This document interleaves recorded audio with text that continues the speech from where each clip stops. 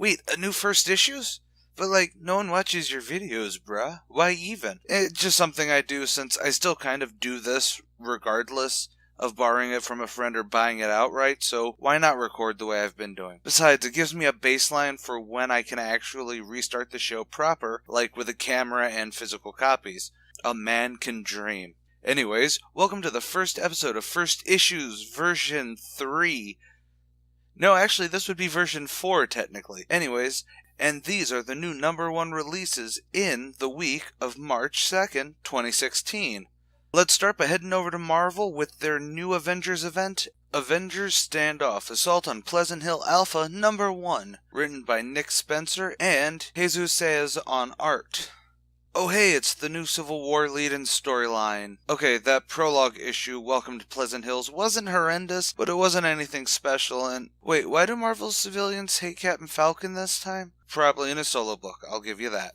Is this how they're gonna lead into why Steve Rogers is de-aged when he returns his cap? Damn it, why is Bucky blowing up S.H.I.E.L.D. outposts when he could just have had this talk with Steve a lot sooner? Okay, so Rick Jones is the super hacker that leaked the special S.H.I.E.L.D. junk. Okay, Maria's been a hard-ass bitch in the comics for forever now, but why does she instantly go to, the raft didn't work, so let's use Cosmic Cube bits to alter villains? And then why have them all in a single goddamn town? Yeah, no duh when it backfires. Who would have ever thought that would happen? Not like S.H.I.E.L.D. has a history of that happening. Okay, this is Marvel's first major storyline following the all-new, all-differencing of their universe, which had an 8-month jump from before Secret Wars to now, and it really shows in this. It ignores a lot of the past storylines that have happened just exactly how this sets up, only this is slightly more stupid. Anyone else remember the raft breakout that was basically this except with less cosmic cubism? It was a simpler time before Marvel got peer pressured into make everything about reality altering.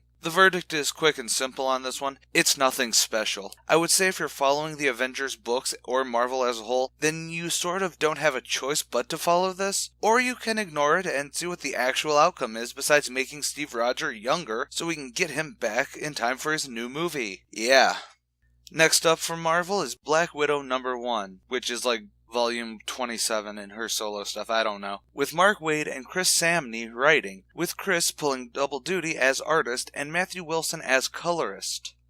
This is quite literally page-to-page action. It starts with Maria Hill saying that Black Widow is now an enemy of S.H.I.E.L.D. and Black Widow's escape from S.H.I.E.L.D.'s pursuit, all because she stole something. That's basically it. There's honestly not a lot to say about the writing, since Samney definitely wanted to show it all through the art. And I guess this is where I can say that the art is pretty damn spectacular for what it is. The action is fluid and never confusing, allowing for close-up brutal scenes, or even the splash title page where Black Widow is leaping off of the helicarrier. And Wilson's colors also add a grit in with these darker tones that really gives a weight or depth to Widow's heavy actions, like bludgeoning someone with a rock that just brings it all to a whole nother level. Now, my verdict is simple, though I know some people will complain that I should not give it this because I do have a very substantial history with being harsh to trade-written stuff that isn't super storied in the first issue. If you like comic action, this is a fairly epic first issue that gives us a setup and the tone of style of how this comic is really going to set out throughout everything, so you should definitely buy it. The reason I don't consider this trade written is that while it is very much the first part in a larger story, it's a solid issue that keeps the just wait down and amps up hype to want to read the rest of this series, which I hope really isn't just a tie into Standoff or Civil War or something. Let's now hop over to Dynamite Entertainment with Army of Darkness Furious Road #1, written by Nancy A. Collins, pencils by Cooper Bale, and colors by Shimiris Bale. Shimiris Bale? Why yes, if that title makes you think Mad Max, then you'd be right. Something that Dynamite's been doing for a good long while now is basically having Army of Darkness doing whatever popular thing is around, such as fighting the Reanimator, going into space, and now he's Mad Maxing it up in Detroit 20 years in the future. This issue is basically a ragtag bunch of people going to an S-Mart in Detroit to find the Necronomicon to stop the Deadites who've turned the place into, well, Road Warrior land. But Old Man Ash is still defending it. Oh, plus it's actually a character from the main Army of Darkness book where Ash became a werewolf and fought Dracula. Yeah, the Dynamite Army of Darkness series is freaking bananas in all the best Raimi ways. Verdict is easy on this. Nancy A. Collins has rarely led me astray in most anything she's written, though I know some people who won't like the feel of the art, which is more early 2000s with just lighter inking, so obviously go out and buy it, screwheads. Speaking of franchises that have usually awesome comics, Dark Horse Comic presents Predator, Life and Death, number 1 of 4. Script by Dan Abnett, art by Brian Albert Thies, and colors by Rain Barreto. Well, the plot itself is somewhat standard for a Predator plot. Some Marines, this time colonial Marines, go down to a jungle planet and find an alien spaceship, which is actually one of the engineer ships from the movie Prometheus. Yes, I actually haven't read one of the Dark Horse Predator comics in forever, and forgot that they did fold Prometheus to the expanded universe of their comics. Regardless, this is the first of a 4-part series, so having the Predators introduced as the antagonists seen later into the comic actually works very well to give us an intro to the world and the basic layout of what's going on before we get the Predators, who for obvious reasons don't really say much. Besides the last page, which is one of the Predators using his recorder saying, "Get some." I don't know, I thought that was funny, or at least funnier in my head. Verdict, I'd say it's definitely worth a read. Though I will put the asterisk in that it's only number 1 of a mini-series, so it may not be a fulfilling read unless it's in trade fully. Also, the art is damned good most of the time. Though I think the Predators look off a little bit of the time, I assume that it's because they're young bloods or unblooded, so they're just not as beefy as their epic brethren. But still, worth at least a read for right now. Hopping back over to Dynamite real quick, we get the new Vampirella number 1, written by Kate Leth and art by Iman Casalos. I want to say outright that I do love the new design to the character, and the art actually pushes that she can still be sexy with more than just the safety tape she usually is garbed in. But the writing is what feels kind of off. It's not really in a bad way, mind you, not like a couple books I will be talking about. Just odd. With the new makeover, they really try pushing a hipness to the character that, I don't know, makes her seem kind of bland. No, bland isn't the right word. Standard, I think, might be the best way to say it. It's not that she's bland, it's that she's average. There's a very must-be hip to it that reminds me of when Batgirl got her current redesign. It's not so much bad, just something I could say isn't fantastic, and I actually think that works for this book. It's very much in tune with what tends to get more readers or interest, and I think this is supposed to be an ongoing, so it's easy to say that this is going to be a read it and judge for yourself, because it's very much a style I may not personally prefer, but it isn't bad.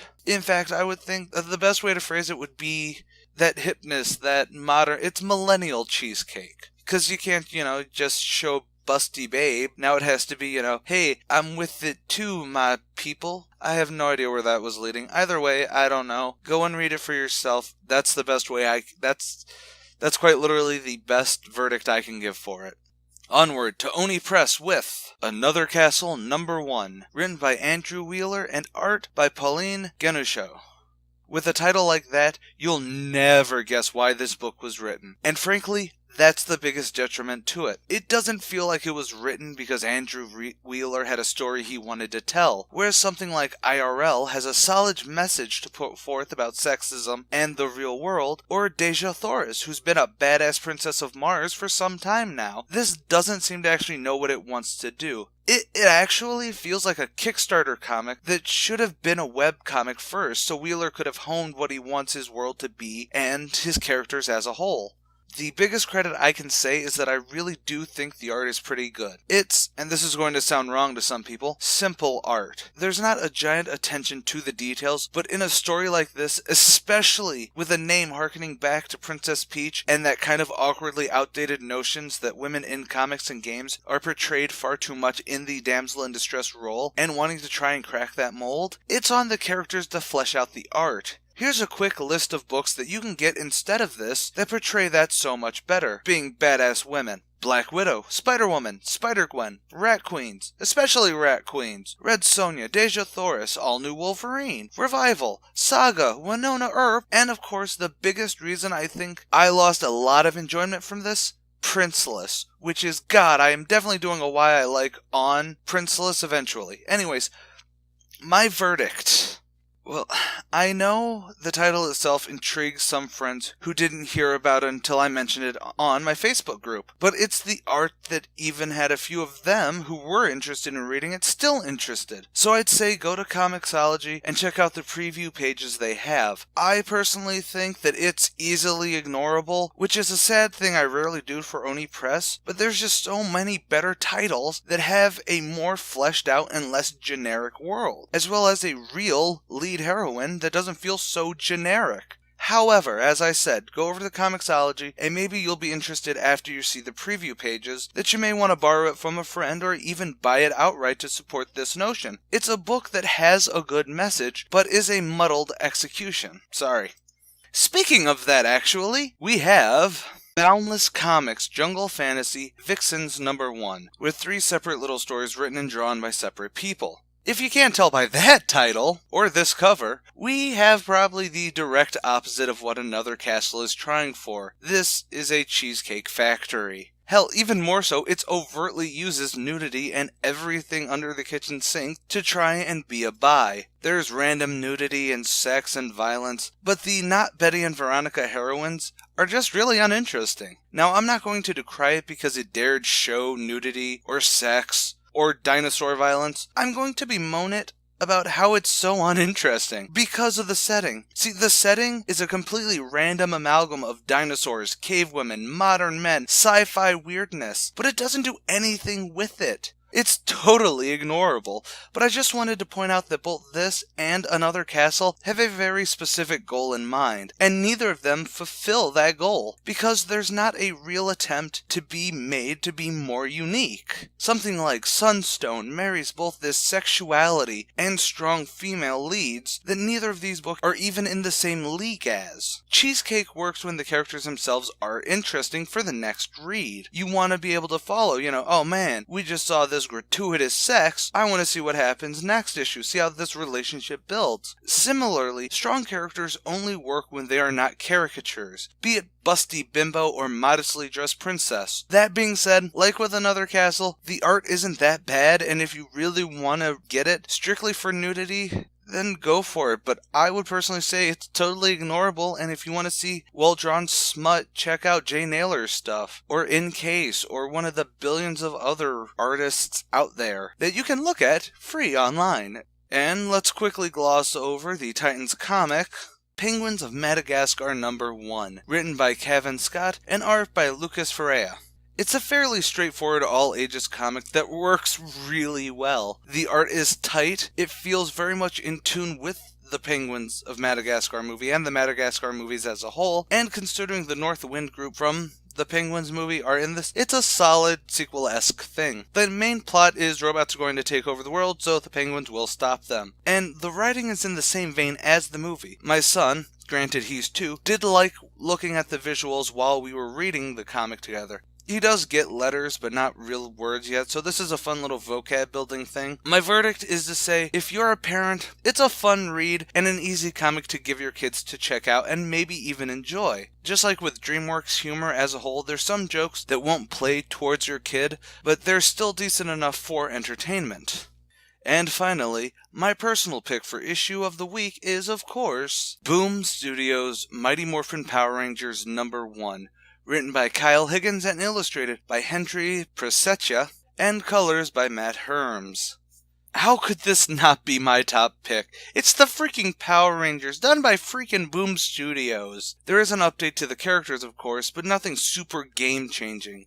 Like Bulk and Skull are updated, tell us pretty much their backstory and history as Power Rangers through a YouTube-style video show. That's a great way to really introduce the world. Time period-wise, it's right around when the Green Ranger joined the main roster of good guys. We do get a heavy focus on giving us an intro to all of the main Rangers, emphasizing on pointing out that Tommy is recently good and still struggling with himself internally.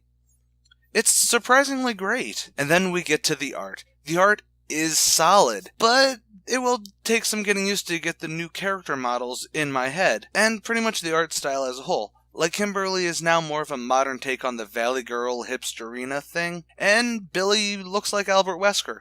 I seriously can't be the only one who sees it. Regardless, the verdict on this is go and buy it right now. There's a billion variant covers, so you can basically find the right one for you. It's out there. There's a few lists of the dozens of collectible covers, so check out your local listings or order from offline, most likely. Online. Off of the net. And since the weird tone of this episode seems to be women done well in comics, the Pink Ranger is getting her own solo series, which I'm hoping expands to other Pink Rangers rather than just focusing on Kimberly, because it just really seems odd unless she's the first of 6 to get a solo series going. But who knows? And that's all for the relaunch of First Issues. Did I miss any comics that you wanted me to talk about? Or do you want to disagree with me on any of my opinions? Then leave a comment below and let your voice be heard. I do respond on most anything. Don't forget to follow me on Twitter, like the Archivist Facebook page, share this vid around, and subscribe. I do a hell of a lot of stuff on this channel, from binge reading comics daily to doing the random comic vlogs where I kind of get people mad at me. Thanks for watching.